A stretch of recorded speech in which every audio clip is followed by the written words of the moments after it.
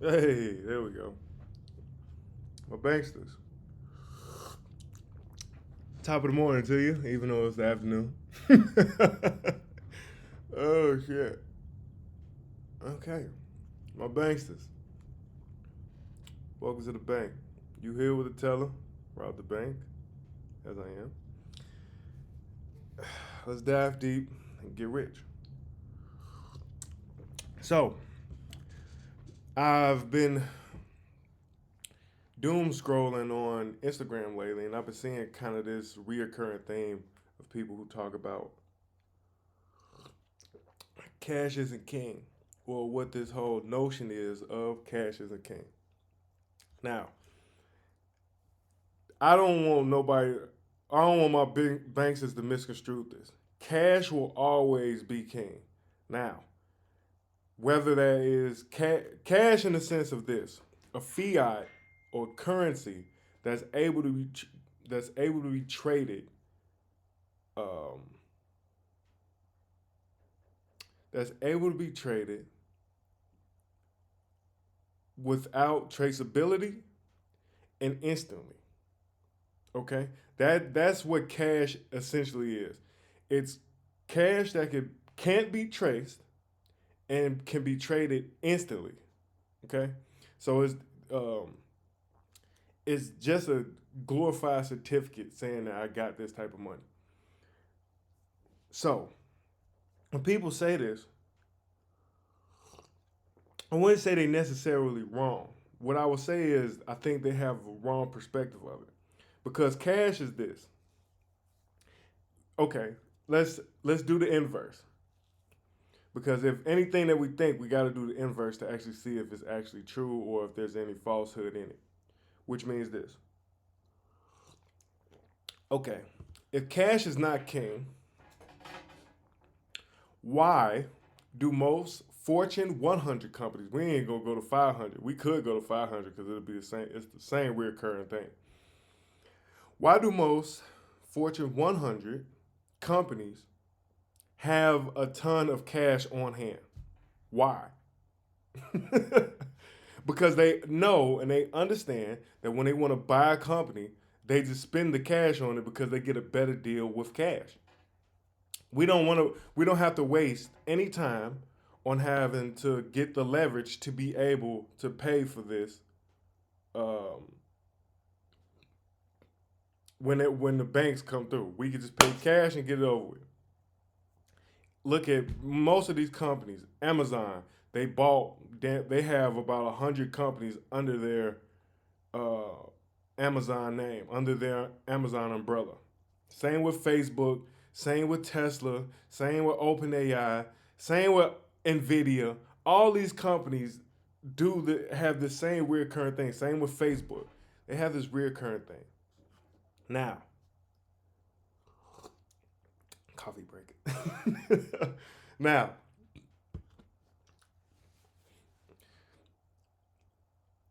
cash is king,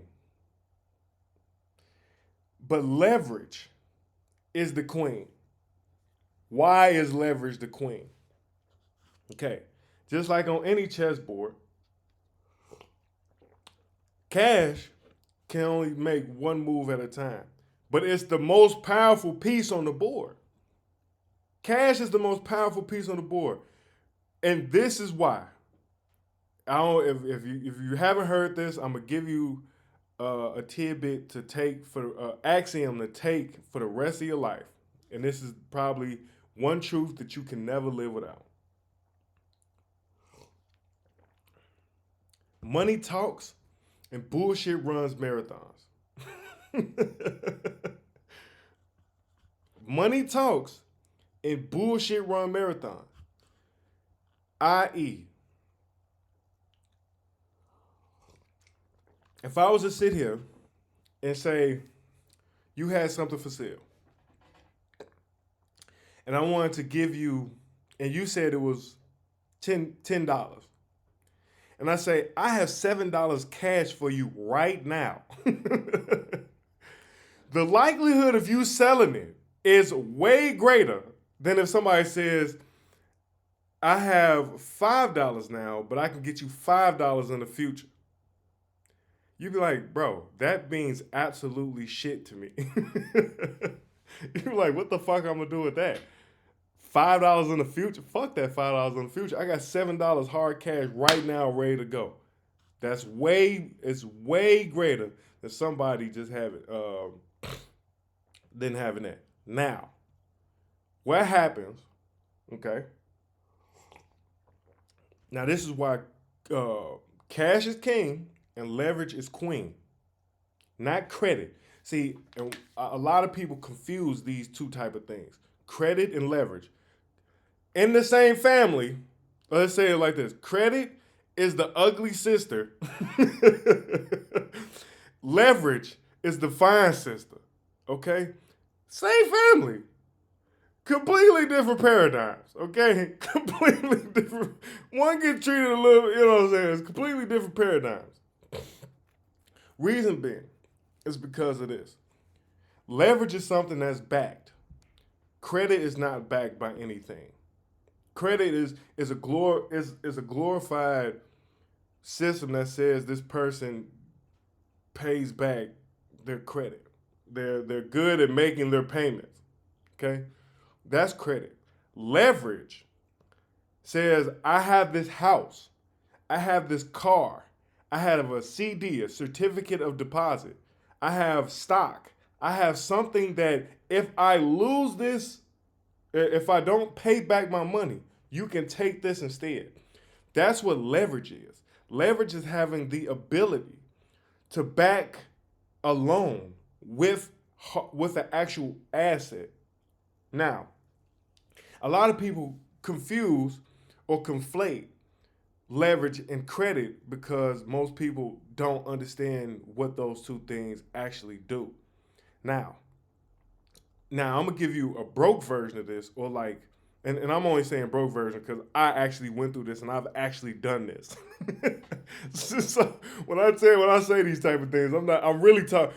I'm only putting myself in these examples. Okay, so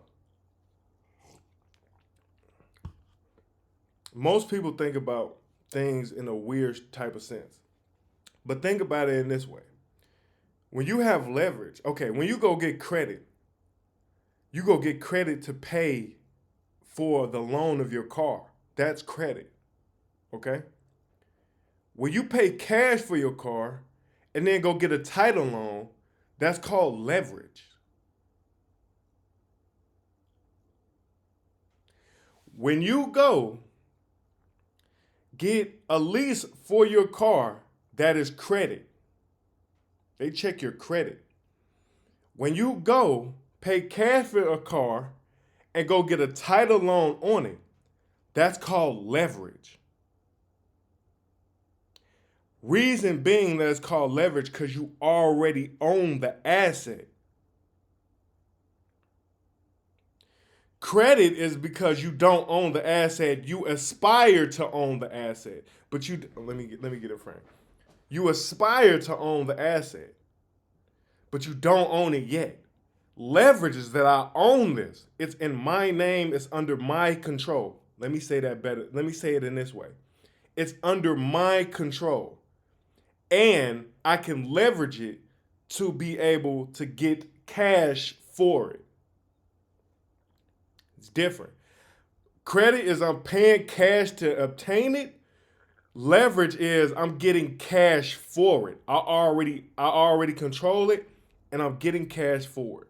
Now, why did I say not under my name but under my control? Because like old JD Rockefeller once said, I own nothing but control everything. That's another layer that we're gonna get into, but not right now. That's a whole different segment. We could go deeper into that, but that's a whole different segment. Okay, now back on topic. Leverage. Now, and we're gonna go way back. So I kind of broke it down a little bit, and I'm now going back to this. So people confuse. So cash is king, leverage is queen.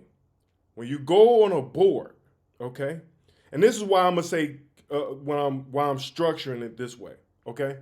Cash is king. It will for always be king. The reason why, once you have the asset of a business, once you have the asset of stock, once you have asset of real estate, once you have assets, okay, that's the first layer people want to see, that you're generating some type of income, that you have some type of asset, that you're doing something. Okay, you don't want to deal with somebody who don't do nothing. That's the biggest thing when I'm doing my due diligence. I want to see that you're doing something. Same with life. If somebody just laying on the fucking couch all day, you're not gonna want to deal with that type of person as much. Cause you like, if that person come to you and ask you, "Hey, Rob, let me get $50 from you," you're like, man, fuck no. Like, okay, you probably, well, me, I'll probably say fuck no, but you might use a different vernacular. Me, I'd be like, fuck no. Bro, you on the couch all day. You don't do anything. You don't generate any income. It's the same thing. Now, once you have an asset or you generate income, because a business is an asset because it generates cash flow, it generates money. Now, now that's also, well, let me take one more step back. Okay. When you have a business, the only way it becomes an asset is when it produces money. Now, the reason I'm making this distinction is because a lot of people, one, have glorified jobs. Okay, a business is delivering on a product or service that have systems in place to where the owner can be removed. The owner himself or herself or itself can be removed from the business and the business can still operate. That's a business because he has, or the business has systems in place to where you can remove this person from it and it still operates in a functional fashion. Okay? So this is why business is an asset, because the systems in place for it to run. It doesn't need you to run, but it has you. I mean, it doesn't need you, but it has systems to where it can function without you. Now, why I'm making this distinction is a lot of people have glorified jobs. There's nothing wrong with this.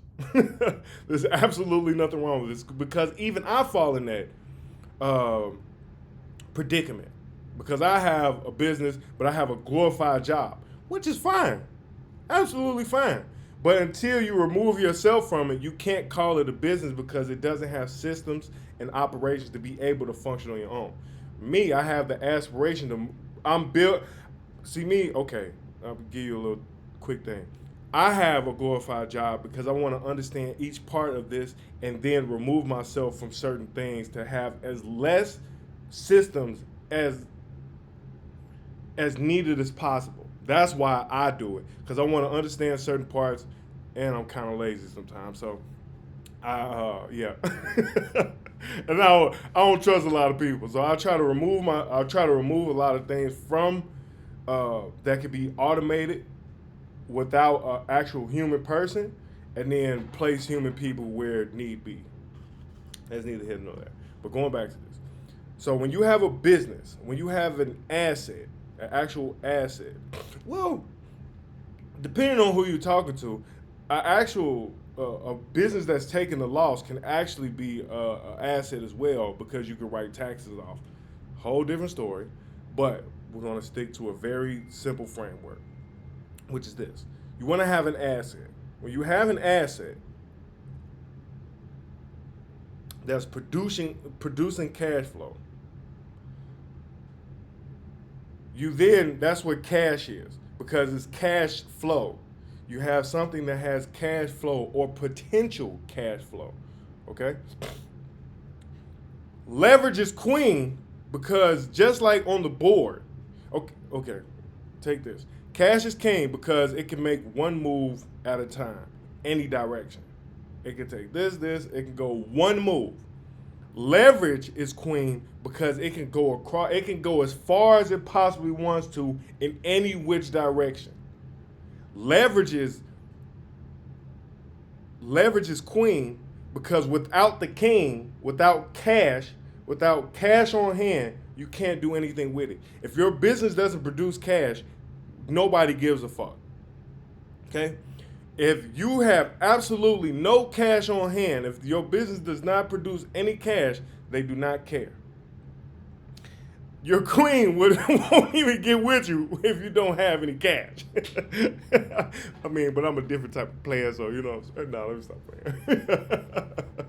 But until you produce some type of cash, the queen has absolutely no job to be able to work because leverage comes in, and leverage can make any move it wants to. Until you have a product, a service, a mission, nobody can attach leverage to it. And we're going to give this an alternate name as well.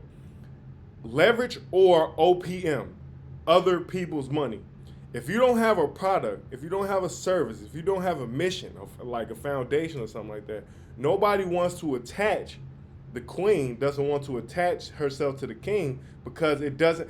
The queen is fickle in this fashion because just like in the story of Adam and Eve, and this is my own take on it, please don't like come kill me or like judge me for this. It's just my own opinion. Just like in Adam and Eve, okay? Eve didn't have a job. So she got bored. And she went to go bite the apple. That's just me. She was bored. She didn't have nothing to do. God gave Adam a job, but Adam didn't give Eve a job, so she got bored, bit the apple. Just me. Now, I'll take that same anecdote and apply it to real life. If your cash is bored, okay, if you have cash, your queen comes and she has nothing to do. You're gonna have leverage, or you're gonna have a queen that has pure chaos that's gonna destroy the cash flow or destroy the kingdom that you started to build. When you have cash, a queen attaches. She makes the king better because she fights for the kingdom. She has a job. She's going to fight for the kingdom because she has a job. Okay? So, I gotta have a little button that says, let him cook. Let him cook now. Drop a bomb or some shit. Look, I'm cooking so much, I'm sweating. All right, no, but okay. So, cash is king. Okay? So cash is king, leverage is queen. And the reason why leverage is king, and I'm putting it in this fashion, because without a king, without cash flow, without asset to be able to generate cash from, leverage has no job. Because you can't do anything because you can't pay back the leverage. Or if the leverage fail, if the business fails, nothing can be taken back from the leverage. I.e., another example. Do y'all remember when Ford was about to go bankrupt? Okay, Ford was, and if you don't know, a couple years ago, I think it was '07 or '09, one of those. Ford was going to go bankrupt. The reason it didn't go bankrupt is because a program that banks have, which is called Too Big to Fail. We're not going to let you fail. The reason why is because we have so much money invested in y'all that we won't even let you fail. Because there's so much money invested in you that we can't let you fail. You must succeed. You must succeed. It's the same thing. But on small, now, see, we're looking at macroeconomics, or we're looking at it from a huge scale. Now we got to scale down to our level. Okay? Trump said this once before, too. He said, if you owe the banks $1 million, you got a problem. If you owe the banks $100 million, they got a problem. And that's true. Listen, it's true. Because once you start doing, I heard somebody say this, and I thought this is the most truest. I thought this was like, oh my God, I thought this was so good. It's only a conspiracy when you don't know how things work. So many people are misinformed or has misinformation, disinformation. I just think it's misinformation. I wouldn't say it's disinformation. Misinformation because they don't do the research in a lot of things. If you know that a company was bailed out by banks, Ford was bailed out by banks because it has a lot of leverage on banks. It has so much leverage on banks that the banks were like, we're not going to let this fail. We'll rather inject more cash into it than let it fail because it produces some type of money. It produces so much money that even while it's going down, even while the company is not doing well, it's producing so much cash that we just want to keep it alive to keep giving us money. That's how the banks work. That's how too big to fail works. That's how leverage works. The bank knows that the business is failing, but they were like, we don't care. We just want you to keep producing the same amount of cash flow you're doing because we can't do anything without the leverage. We can't do anything without giving you uh, fugazi money to just keep producing. That's what that is. Back to what I was saying.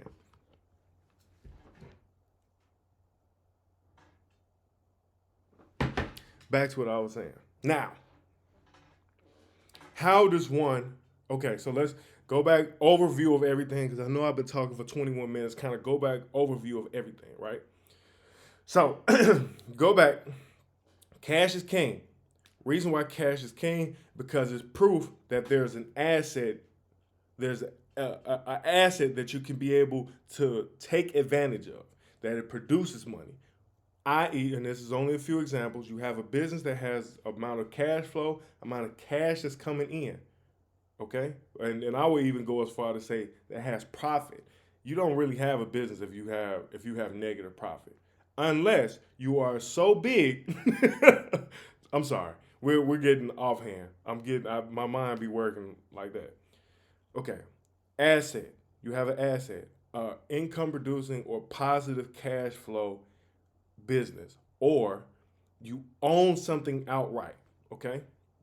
Credit is you paying something to get the asset. Leverage is you already have the asset and you're getting cash for it. You already have this asset and I want money for it. Credit is I don't own the asset, but I would like to own the asset, so I take credit to be able to own the asset, or and leverage is I have an asset and I want cash for it. Those are two different things. Okay, two different things that we have. Now, once you have something that cash flow, or you have cash is king. Once you have these two type of things, we're associating these type of we are associating these two things. Cash is king, cash flow, or an asset. This is all three things: cash flow, uh, asset, and cash is king. Those are all synonymous. These are all synonyms of each other. Cash is king, cash flow, and asset are all three things are synonyms. We're going to sandwich those things together. So when I say cash is king, when I say cash flow, when I say asset, these things are sandwiched together. Now, cash is king, cash flow, or an asset. So when I have an asset, I can get leverage on the asset. Now I'm gonna go back to something where we can understand something I know firsthand, which is if you own a car outright, okay, I don't make payments on this thing. I own a car outright. A company, and I wanted to go get leverage on my car. I go to a title loan place and say, and let them analyze how much money they can make from this if it's lost, and they give me an amount of money for this asset because I own it outright. Okay? So since I own this car outright, I can go get leverage on it because I own it outright. I have equity. I have 100% equity in this asset. because now it can produce income. I'm extracting money, or I'm extracting, best way to say it, I'm extracting value from this car now because it has value, because I have equity. When you have credit and you want to go get a lease or you went to finance, you don't have any equity in it. These things are the same reoccurring themes throughout all type of things. You can do the same for homes. You can do the same for businesses. You can do the same for uh, whatever you want to do. These are reoccurring themes that go through everything. Okay, this is I'm explaining from the bare bones, but this is a reoccurring theme. You could play. You could take this, insert it into that. It's all the same thing. Okay.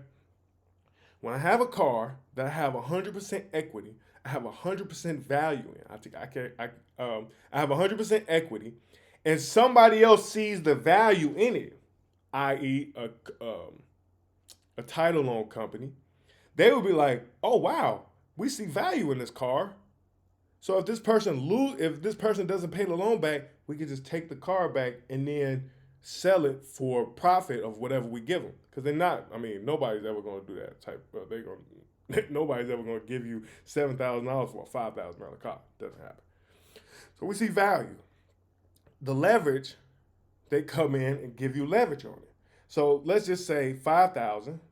Let's say 10,000, and they give me $7,000 worth of leverage, which means I still have equity in the car, but they gave me $7,000 of leverage, which means I could take that $7,000, upgrade the car, and make it a producing asset to pay back the interest on the car. Now, this is where things get crazy because contracts, you could do crazy things with contracts. And that's where the devil's in the details. Because you want to learn how to deal with the devil. If devil's in the details, you truly want to understand how to deal with the devil. Because once you get into those very minute details, though not minute, those intricate details, once you start looking into that, that's where deals are made. That's how structures of deals are affected. Because then you start understanding what interest means, what APR is, and all these type of things. That's a whole different subject. I'm not here for that. Okay, that's a different topic. Okay, don't stop trying to get me off track. Okay, back to the title at hand. Okay, so okay, so cash is king, and since cash is king and leverage is queen. That's the whole point of this. That's the whole topic of this, is that cash is king and leverage is queen. And the reason why cash is king, without cash, you can never have leverage. Never. And I forget what philosopher said this, but give me a long enough lever and I can move the world. Give me long enough leverage. Yeah, give me a long enough lever and I can move the world. Okay? It's the same thing. Give me something that I can leverage, and I can leverage the world from it. I could do whatever I want from it. And that's what we're getting into. Because without cash, without you being able to produce something, you'll never gain leverage. Ever. Without being able to produce or sell something. Or produce, sell, or provide, you'll never, ever get leverage. Ever. The reason why beautiful women have leverage is because what people are willing to pay for it.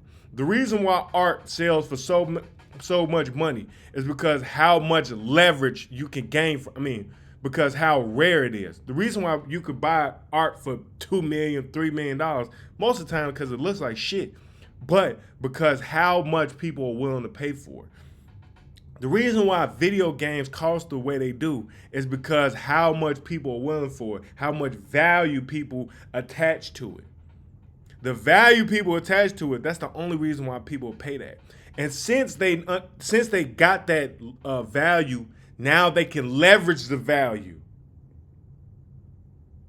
because they provided something. They're selling something. Once you get that, this is why people confuse cash is king, because that's why I say cash isn't king, credit is. That's I'm gonna just be frank. That's an insanity. That tells me that you don't know money. That you don't get me wrong, you're probably good at making money. But you don't know. Once you get past a certain plateau, you're gonna hit because you think that cash isn't king. Cash is most certainly king. That's why that's why you can go Apple right now. You can go Apple right now, read their 10K, and I guarantee. How much cash does Apple have on hand? You'll need to unlock your iPhone first. You'll need to continue in the app. Yeah. How much cash does Apple have on hand? In what app?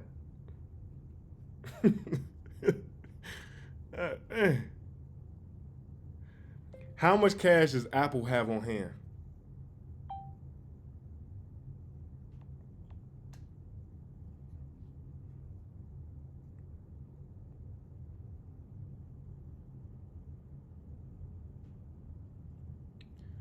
Okay. What does that say? I want you to read that. Cash on hand says $162.1 billion. Total debt is 106. Then, come on, man. Come on, man. That's why I'm robbed the bank. Okay? That's why I'm the teller. I'm telling you. The reason why they got $162 billion in cash is cash is king and bullshit runs marathons. Cash is king and bullshit runs marathons. Because when they go to a company and say, we want to buy your company that says worth $10 million, we're going to give you $3 million in cash right now. We'll give you whatever if it has, after EBITDA, it has $10 million in cash. That's a whole different, you pay 3 times whatever it is. That's different. Okay, we're not going to get it. I'm doing simple math here, so please don't be mad at me. All the financial guys, please don't be mad at me because this is a simplified version. If if the company is worth $10, they can go to them and say, we'll give you $10 in cash, $20 million in stock. Say it's 3 times EBITDA. Give you $10 million in cash, $20 million in stock, we'll go cash out like that. That's how they do these type of things, because they can still leverage these type of things, or they can just buy right out cash. I got $162 billion. I can just buy you out cash, all cash. But businesses are smart because they know leverage. I give you cash and I'm gonna put leverage on it. I'm gonna get leverage from the bank because I want more money. That's how these things work. This is how they work. So cash is king. Because once you understand accounting, what is accounting? Accounting is the language of business.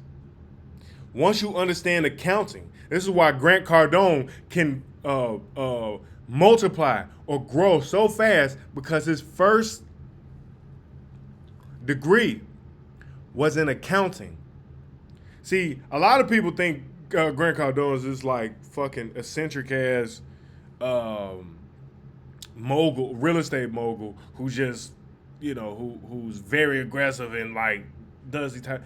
Grant Cardone was an accountant first. He has a basis. He has a foundation of accounting first. Then he understood. He did numbers. He crunches numbers for a living. I think for the first 20 years, first decade of after he graduated college, he was an accountant. So he understands to crunch numbers. And what's the best thing? Come on, man. You got the front seat. You already understand the language of business. You know the front seat to the game. I could do the numbers. I know how to do the numbers. Since he know how to do the numbers, that's how he knew how to use that leverage and go take. Oh my God, what? He quantum leaped. I get 10 times all this because I know the numbers. If you go watch any of Grant Cardone's videos, go watch any of it. The first thing he gonna say is know the arithmetic, i.e., know the accounting. This is nothing more than accounting. That is accounting. That's all that is. Once you know the language of business, you can take off because you know EBITDA, profit loss statement. You can read all these type of things and not be confused. That's why the financial guys, you see, listen, I'm not even gonna get too deep in that. Whole different topic. Once again, I could take that down to a whole different road. Shout out to Grant Cardone. I super like Grant Cardone. That's like one of my top people that I watch, especially because he had Aries too. His birthday, I think his birthday just passed. So him and his brother. But I like Grant because yeah. But anyway, cash is king and leverage is queen, not credit. When people say credit, do not listen to them. Credit is a broke person sport. Assets is a rich person sport. Leverage is a rich person sport. If you aspire to be rich, get leverage. Gain assets. Now, am I saying don't use credit? That once again, here we don't speak of obscenities like that. Use your credit. I'm not saying don't be.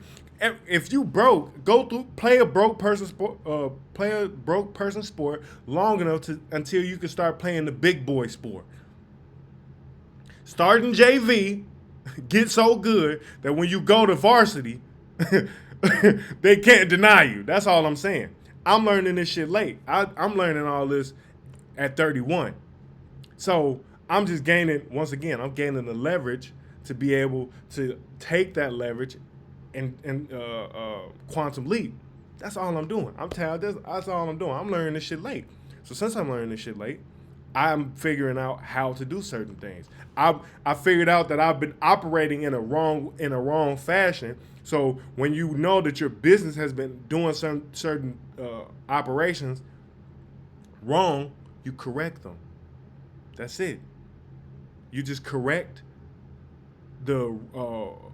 where the leaks in the operation, the leaks in the funnel where it was. You just patch them up, and then you can take your business can start to soar. Your business can start to do better. If you have holes in your gasoline tank, your car will constantly look like, damn, why does my gas always run out so fast? Then you take it to the mechanic and you're like, yo, you got a hole in your gas tank. You patch that thing up. Then your car start to run more efficiently. It's the same thing. Okay? So cash is king. Leverage is queen.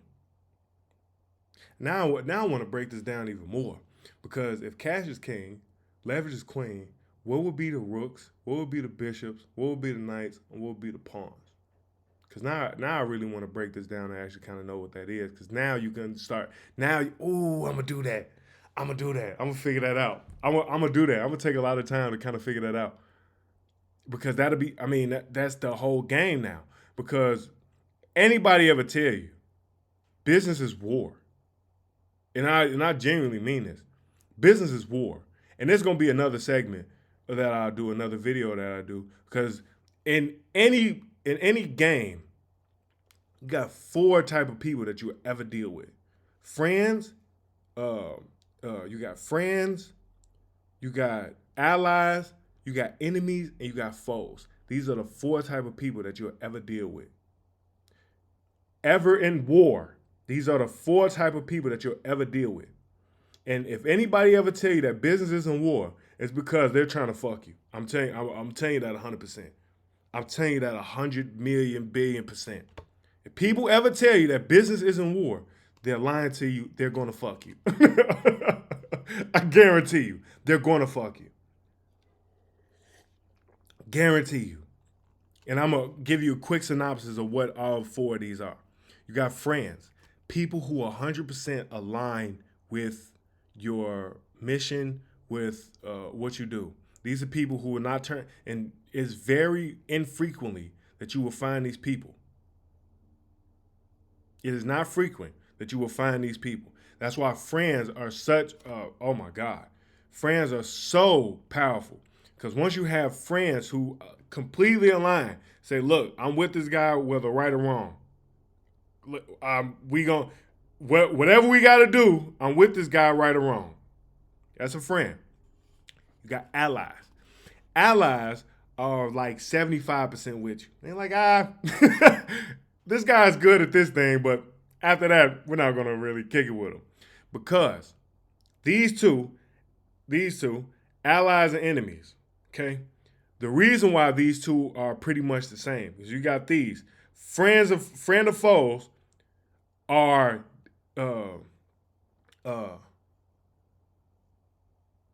completely opposed. These are two things that are so opposite, like the North and South Pole, completely opposite.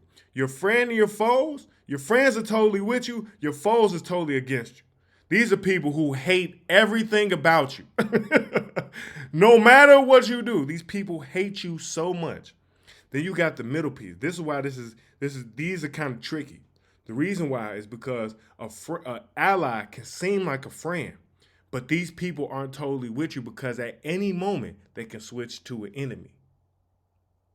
You got enemies. They seem like they're closer to you as a foe.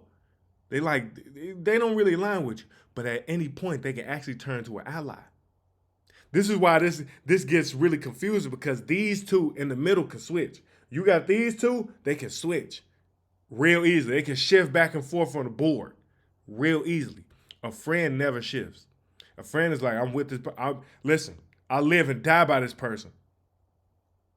Or this people or this group. We live and die for each other. That's a friend, a genuine friend.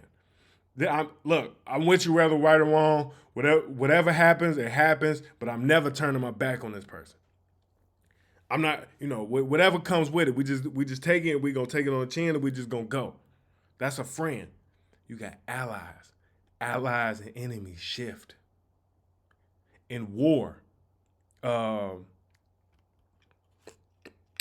trying to think of something in war where you see the shift. Think about it in this fashion. America and Russia. They're not friends. They're just allies or enemies. Because at one point in time, Russia was our enemy. Not our foe. It was our enemy. But now, look at that. They're building allegiance. Now, Russia's starting to become an ally. If you pay attention, Russia's starting to become an ally. Look at that. China's now starting to become China. Okay, I don't want to get too deep in this. Where are we at? 43 minutes. Yeah, I don't want to get too deep in this. But real quick, China has only been an ally because they produce so much stuff for us.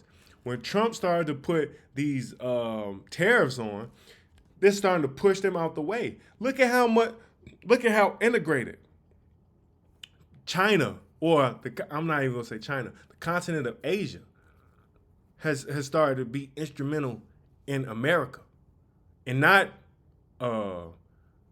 United States of America, in the Americas. People forget that it's a continent. It's the Americas. North, Central, and Southern America. That's the Americas. It's the continent.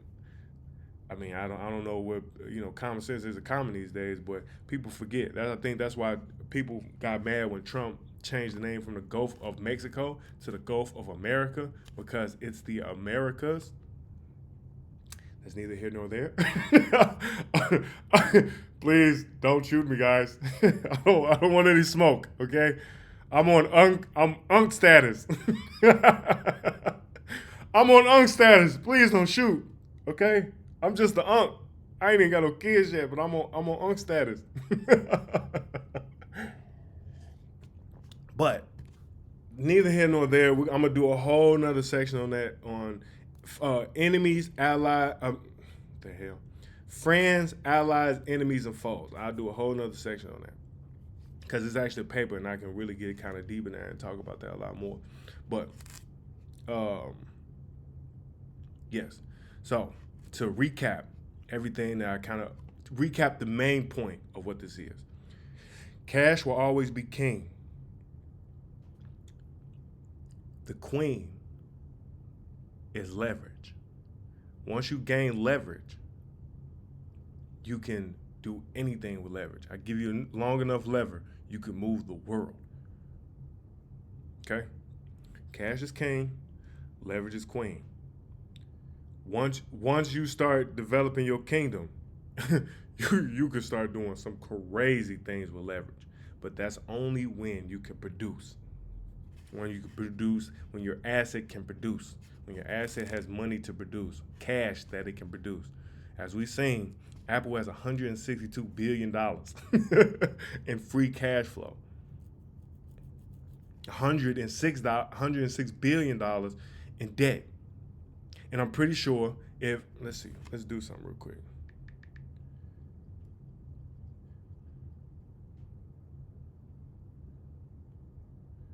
What's the interest on a $106 billion loan to a business?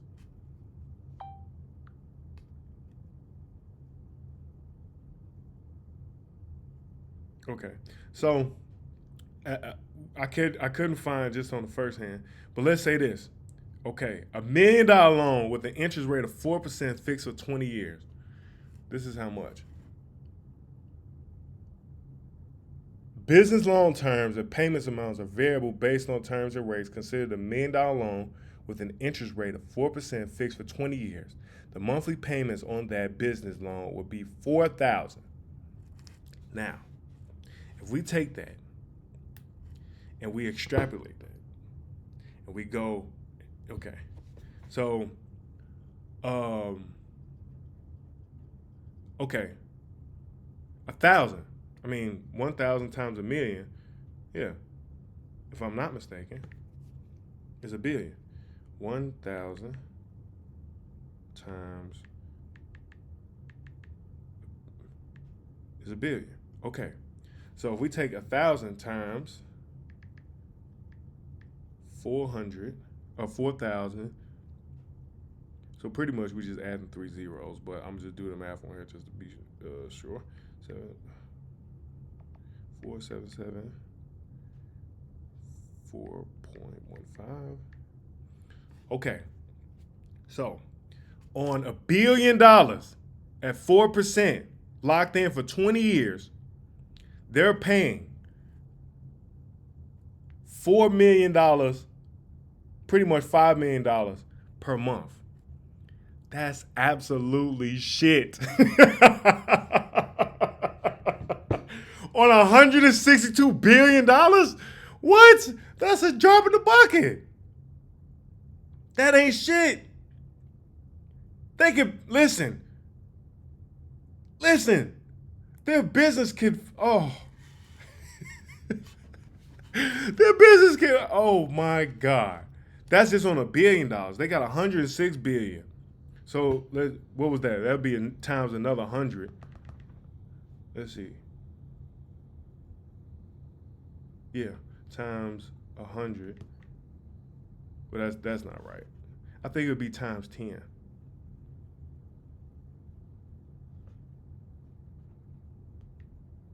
Yeah, they're paying $47 million a month. That's shit. If you think about how much they make a year, that's not. Profit. How much Apple makes in profit a year? That means shit. Okay, I'm sorry. I'm just going down a rabbit hole even further. Synopsis. Summary. America. My name is Barack Obama. Okay? And I'm here to tell you, cash is king. And leverage is queen. America. That's my Barack Obama impression. Anyway, anyway, cash is king. Leverage is queen. Never forget that. Cash is king. Leverage is queen. Cash is king. Leverage is queen. Cash is some type of asset. Leverage is to be able to take that asset and extract money from it, and extract money for it. Anything. Okay? Cash is king. Leverage is queen. I'm going to develop, I'm going to really take this further, and I'm going to dive into it a little bit more and try to figure out what all the pieces on the board would be. Because I think that'll be really interesting. Kind of fun to kind of do too. So, cash is king, leverage is queen. Don't let these people lie to y'all. Yeah. Yeah, stop doing. I'm telling y'all, I'm really talking to myself. Stop doom scrolling. Most of these people do not know what the fuck they talking about. There are very few people. This is why I like Grant Cardone. Grant Cardone went to school for accounting.